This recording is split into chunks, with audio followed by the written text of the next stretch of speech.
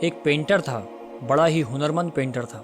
وہ بہت ہی زیادہ خوبصورت اور بہت ہی زیادہ ڈیپلی ڈرائنگ کیا کرتا تھا، بہت خوبصورت پینٹنگز بنایا کرتا تھا۔ دنیا بھر سے لوگ اس کی پینٹنگز دیکھنے آیا کرتے تھے۔ وہ اپنی پینٹنگ سے بڑا پیار کرتا تھا، اپنی پینٹنگز کسی کو بیچتا نہیں تھا، ان کی کوئی قیمت نہیں تھی۔ بڑی ہی شدت سے اور بڑی محبت سے، بہت محنت سے وہ اپنی پینٹنگز بنایا کرتا تھا۔ اسے ایک ایسا برش ملا جس سے جب اس نے ڈرا کیا تو اس کی وہ پینٹنگ کاغذ پر زندہ ہو گئی، وہ موومنٹ کرنے لگی، وہ اس سے بات کرنے لگی۔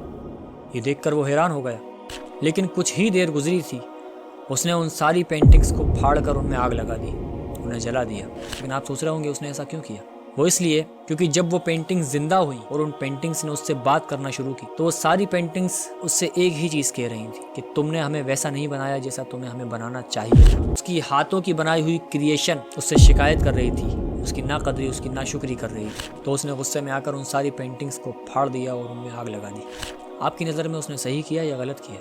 میری نظر میں تو اس نے بالکل صحیح کیا۔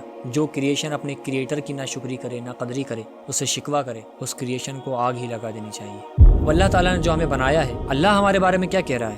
سورہ والتین کی آیت نمبر 4 میں اللہ تعالیٰ فرما رہا ہے لَقَدْ خَلَقْنَا الْإِنسَانَ فِي أَحْسَنِ تَقْوِيمٍ۔ اللہ فرما رہا ہے ہم نے انسان کو بہت ہی خوبصورت پیدا کیا، بہت ہی اعلیٰ صلاحیتوں کے ساتھ پیدا کیا، عقل مندی کے ساتھ پیدا کیا، اعلیٰ شعور کے ساتھ پیدا کیا، اشرف المخلوقات بنایا۔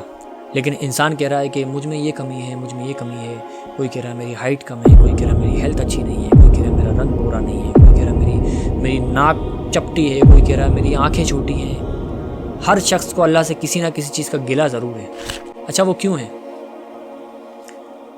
وہ اس لیے ہے کیونکہ ہر انسان اپنے سے اوپر والے کو دیکھ رہا ہے۔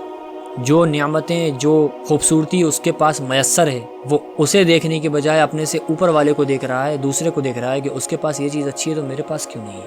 حضور صلی اللہ علیہ وسلم نے فرمایا تھا کہ مجھے اس بات کا ڈر نہیں ہے کہ تم میرے بعد شرک میں مبتلا ہو جاؤ گے، مجھے اس بات کا ڈر ہے کہ تم دنیا کی حرص کرنے لگو گے، دنیا کی محبت تم پر غالب آ جائے گی، تم اسے سب کچھ سمجھ بیٹھو گے، اس دنیا کے پیچھے اپنوں کو قتل کرنے لگو گے، اپنوں کا حق کھانے لگو گے۔ آج وہی ہو رہا ہے۔ 60-70 سال کی، بہت سے بہت 80-100 سال کی زندگی کے پیچھے انسان اپنوں کا قتل کر دیتا ہے، ذرا سی دولت کے پیچھے اپنوں کا حق کھا جاتا ہے۔ وہ یہ نہیں سوچتا کہ ایک دن مجھے بھی مر کے اسی مٹی میں مل جانا ہے۔ تمام عمر جوڑ جوڑ کے رکھتے ہیں اور ہم سب ایک روز یہیں چھوڑ کے جانے کے لیے۔